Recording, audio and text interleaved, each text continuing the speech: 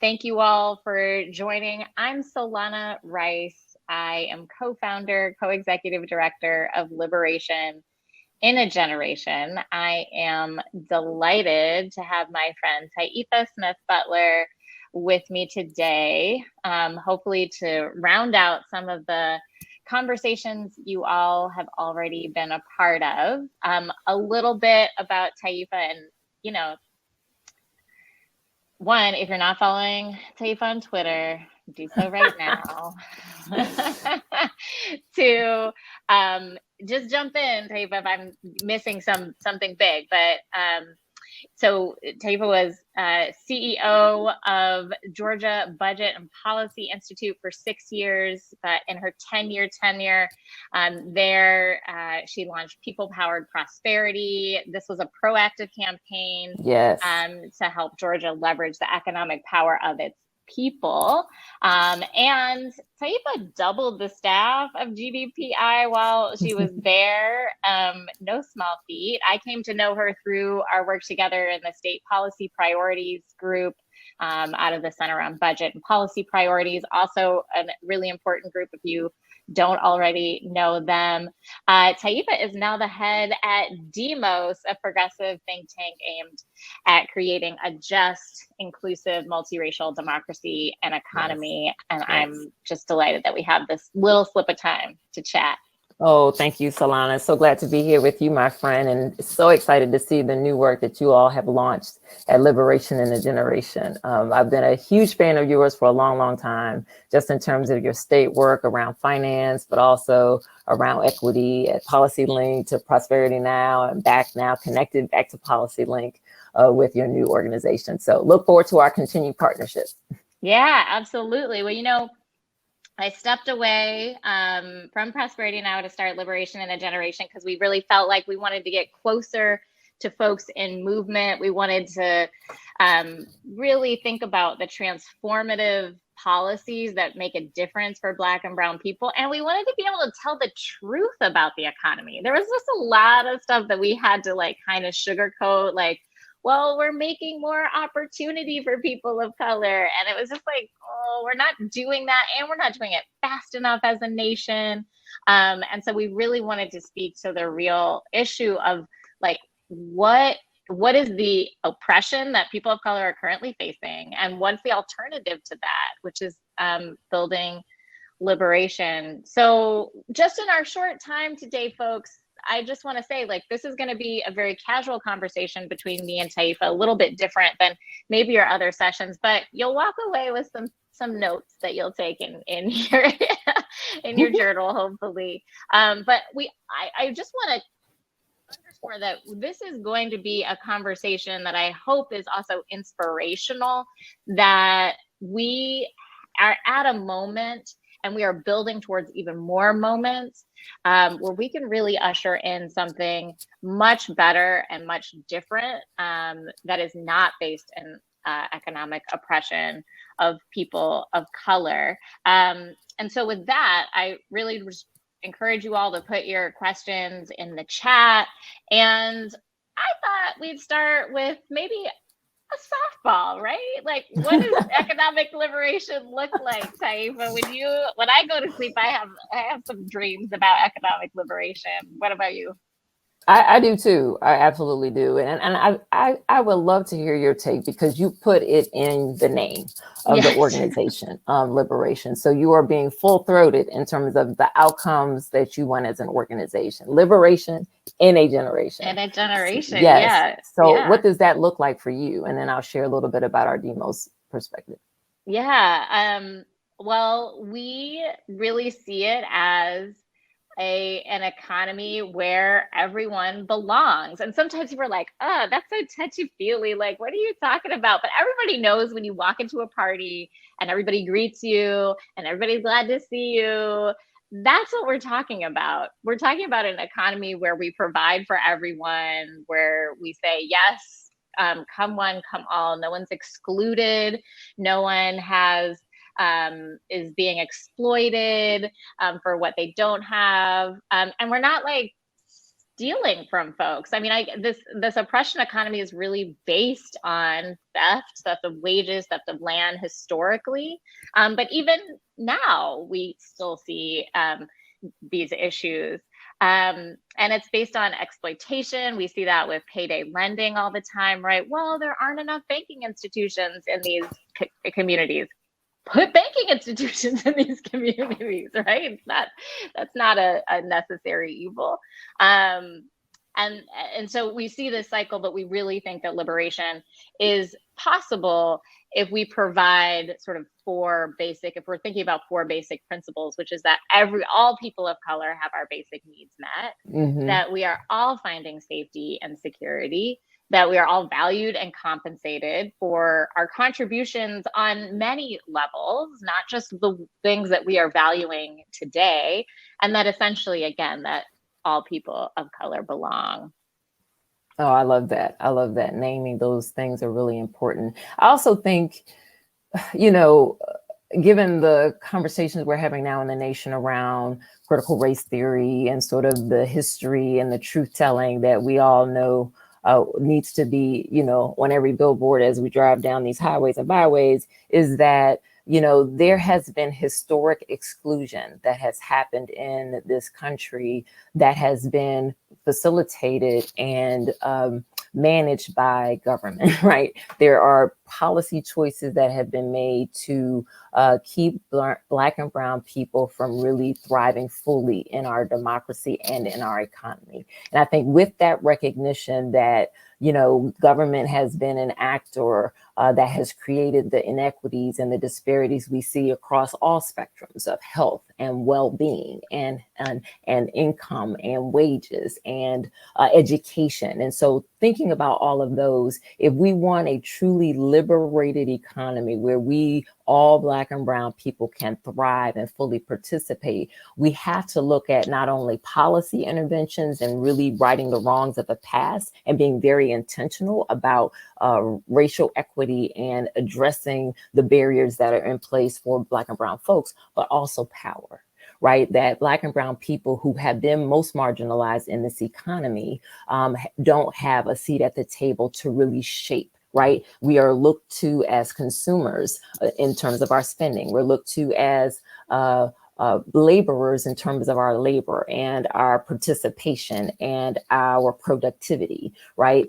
So as a hamster on this wheel that we are creating wealth for other people and assets for other people and capital for other people, right? And services, and we're nurturing other people, but we are not also partakers in that. And we want to be able to, with human dignity, be seen, but also contribute, right? And have a say in terms of the quality of where we're working and how we're living. And that's what we're saying about a liberated economy, is that there's power in addition to participation.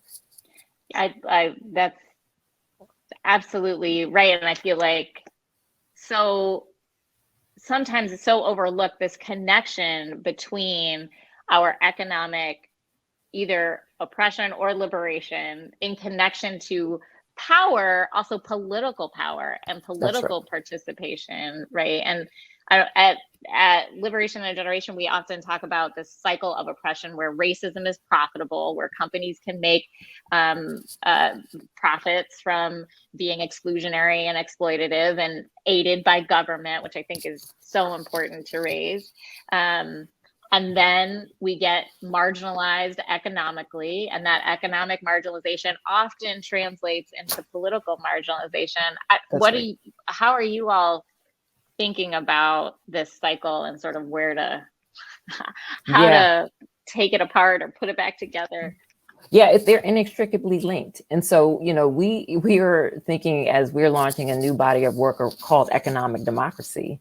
And it's that, we typically see democracy as poll access, right? Being able to weigh in with our vote and our voice in terms of who's sitting in these seats, making these decisions. But it also affects our economic well-being also. So, those two go hand in hand, and we really have to see them as such. And for those of you in the audience who are state lawmakers or aspiring to be in these seats to legislate and to govern, you really must think about these two being connected.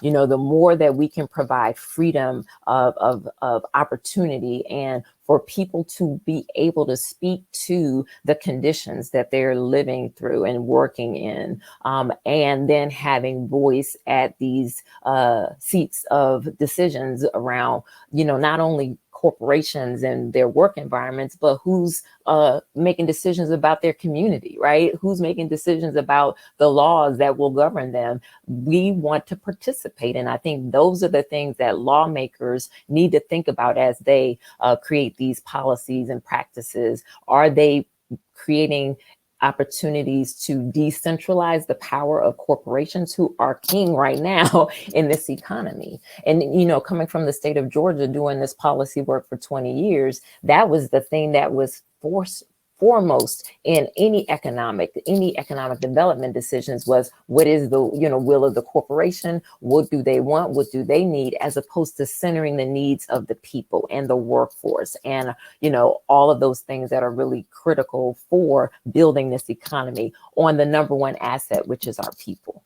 So to me, you know, we have to think about those two together if we're going to have a truly liberated economy that is strong. And I also think this, you know, in our economic democracy work that we're launching is, you know, how do we decentralize corporate power? How do we think about public goods and all the things that touch us in terms of water, you know, infrastructure, roads, bridges, but also education and healthcare and the care infrastructure. Those are things that touch all of us and are public goods that we should be able to have a say in, and they should not be privatized. You know, because the more we allow those things to be put in corporate hands or, you know, in behind closed doors, then we lose, you know, our ability to really influence those. And then it's again us being affected in negative ways potentially if we aren't able to provide that kind of seat, that kind of voice at the table, I should say. Yeah, you know, folks ask us, well, what does a liberation economy really look and feel like in practice? What are the policies that undergird it? And we've been thinking about a set of economic guarantees that are rights. And when we think about those guarantees and rights, they are not privatized goods. They are in the common, right? Healthcare, debt-free college, a guaranteed home, a guarantee to a job if you want to be employed, a guaranteed income. I'm curious, from your perspective, what are some of those transformative policy ideas, either at the state or federal level? And folks should feel free, again, to put questions in the Q&A. It's funny, you know, because we talked about in the policy space, and again, this is very prime for, you know, state lawmakers and aspiring state lawmakers is, you know, thinking about transformation. What is the thing that we can do to make the most impact that can really change the system, right? To create much more broad access to wealth, to opportunity, and instead of thinking incrementally, well, I got to get this one thing passed because this is the thing that's most politically expedient. And we just need to stop thinking that way. There's a process to get to transformation, but we need to think transformation first. And Solana, there are so many ideas on the table right now that are not like never thought of or never seen before. These are things that are very simple, but we have barriers in place that are stopping them from happening. And the filibuster is one of the things that is in the way of transformation. There are so many things that we could do if we were to remove the filibuster in the Senate, and that is passing a more inclusive democracy bill with For the People Act, with the John Lewis Voting Rights Advancement Act, right? Just to access, you know, a better democracy in terms of access to the polls, and ensuring that Black and brown people are not targeted in terms of barriers. DC statehood, that's a whole other story, right? Then you've got gun reform that has been put on hold that can transform Black and brown communities because we are disproportionately affected by gun violence, healthcare access, criminal justice reform, wage issues, particularly for women and people of color with the wage gap. We could pass a minimum wage if the filibuster wasn't in the way, right? We can reform that minimum wage or increase it. And then immigration reform, again, for folks who have been wanting to access this country, the DREAM Act. There are so many things that we can do to talk about a liberated economy, but that filibuster is blocking us. And then if we want to really try to, again, dismantle the corporate influence in this economy, we need to think about big tech. We need to think about, how much influence the Amazons and the Googles have. And Demos just released a report in partnership with Data for Black Lives, is that we can really address these algorithms, can't even say the word, that are really based on racism.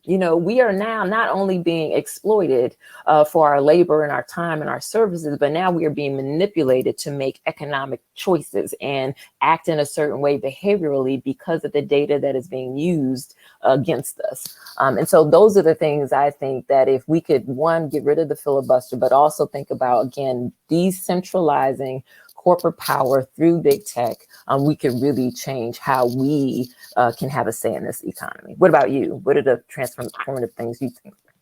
Absolutely. Corporate power is so high up on this list because from our perspective, there is not a sector that we look at that is free from essentially monopoly.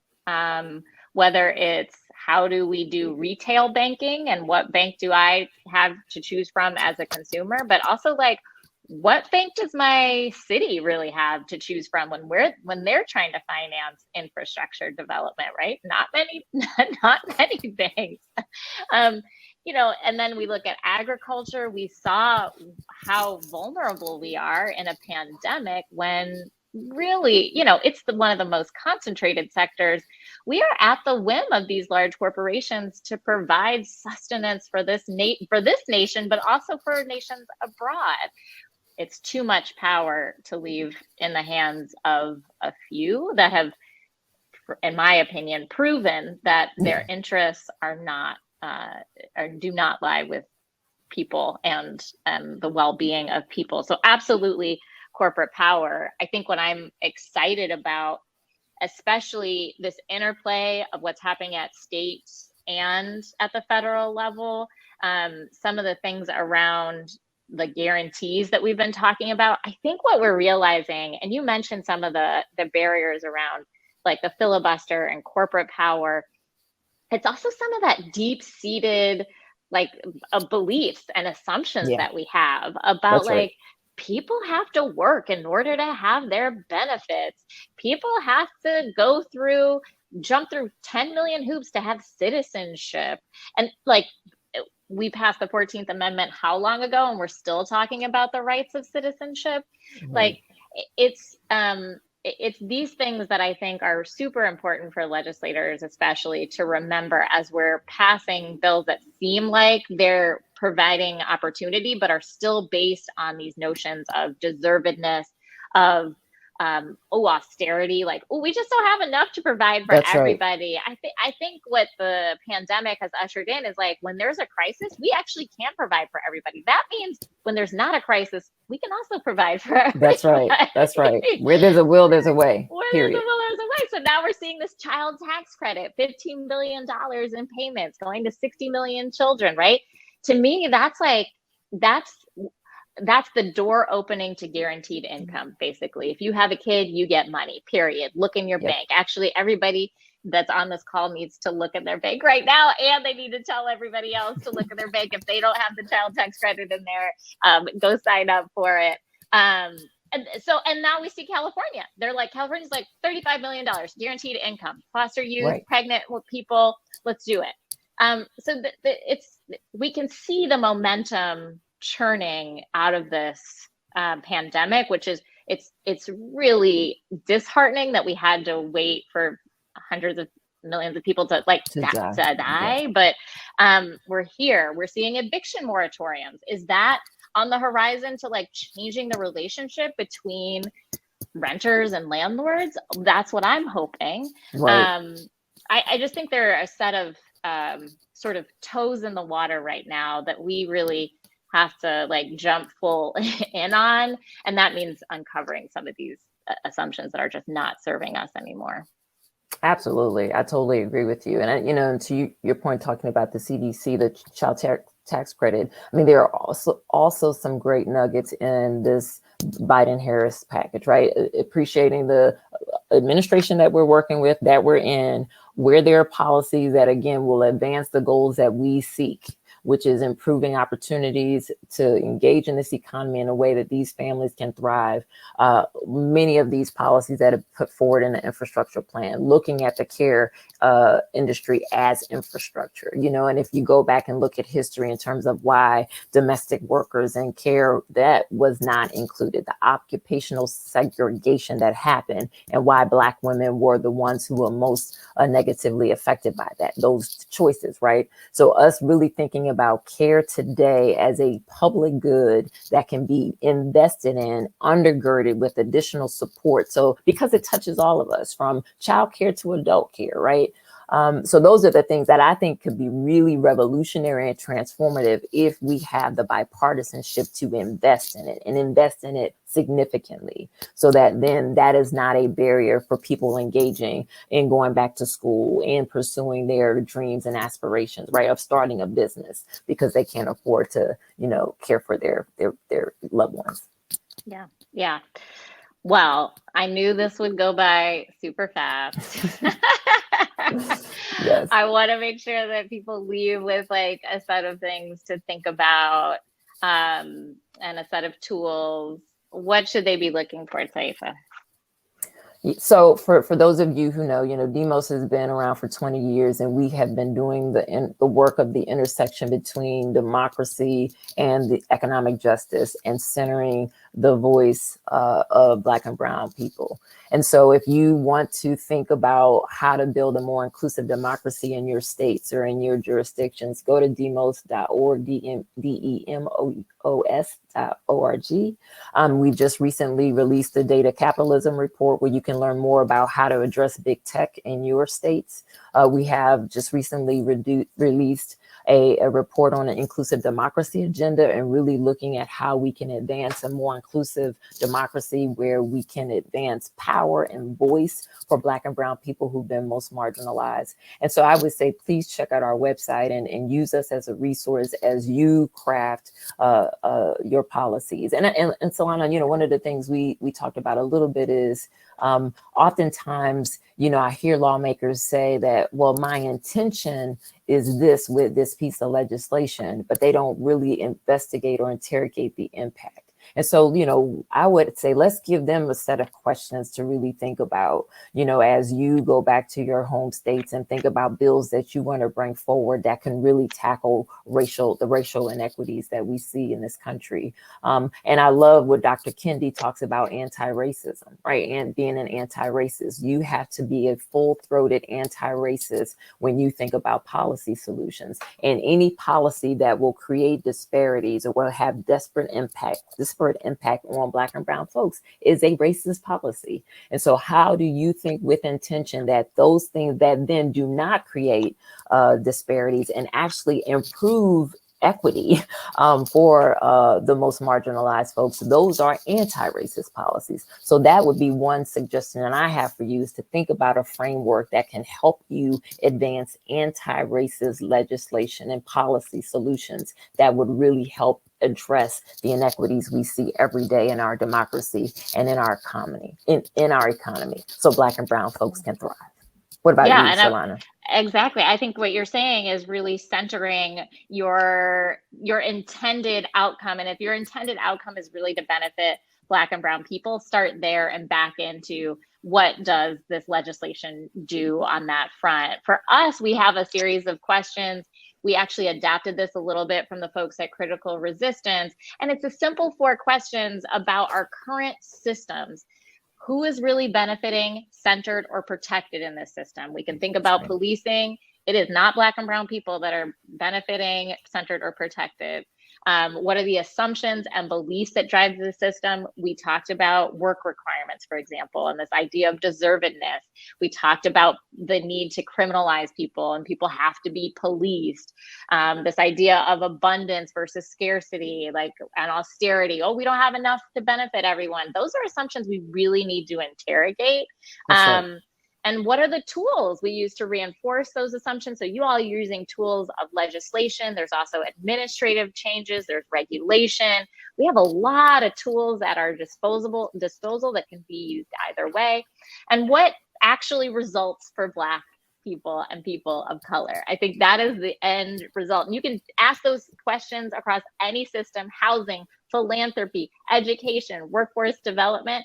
And what I encourage you all to do is like answer those questions about the system that you're trying to create. If you really, I see That's Eric, right. you care about big tech. How would you answer those questions so that big tech is actually centering people of color, that big tech is using tools that actually benefit people of color, right? So those are the questions that I think y'all can ask over and over again to add rigor to the efforts that you're putting forth. Emily had one question about what do we do to liberate generations carrying loads of higher ed student debt? I full-throatedly believe in debt-free college all around, Yes. not just tuition-free college, debt-free college. Demos has a number of tools on That's that right. front. Please check that out. Same. And I would also say for those of you who are, I know typically the legislative process is you go to your legal counsel, say, hey, this is the thing I'm thinking of, and they draft your piece. Out, talk to your people, create opportunities for your constituents to engage in your lawmaking, in your legislating, so that those things can really be checked in advance, because there's so many ideas and solutions that are on the ground. People have lived experience. They can tell you what the barriers are to their opportunity. So if you're trying to solve a problem through your lawmaking, make sure that you've heard from your constituents. There's so many times that we see legislation is in search of a problem.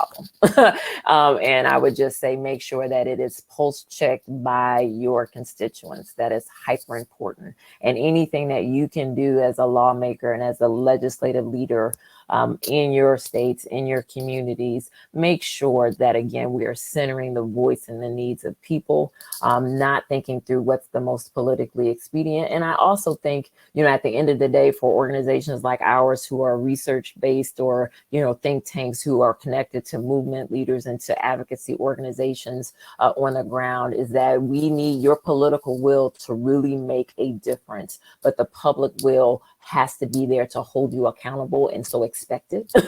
And also, if you need cover, utilize your folks to help provide that cover for you with your colleagues in your houses, state houses, because again, you don't want to be necessarily seen as the Lone Ranger, but sometimes we need you guys to step out there and lead and try to address these issues. And at the end of the day, I would just have to say, I don't know what our time is, but I have to say this, because I've seen this in Georgia for the last 20 years. As we look at a diversifying country, and your state may be on the verge of becoming majority people of color, you must think about your state's economies and how to make sure that your constituents, the people in your state who are the engine, who are the most important asset, have access, have voice, have power, are thriving, because the viability of your states depend on the thriving and the viability of every family in your state. So if we can just make sure you think that way as you lead in your states, I wish you the absolute best. And again, use Liberation in a Generation and Demos as a resource for you for ideas, for solutions. That's what we're here for, because we want to see Black and brown people in this country win. And you are a huge part of that story, because you are in those seats of decisions that affect everybody's lives. So we want to see you do the right thing. Do the right thing. You heard it here. Come back. Come back to us if you need support in doing that. Thank you so much, Taifa. Thank you, Solana. And thanks to everyone who joined us. Thanks, DPN, for having us. Yes. Take good care, all.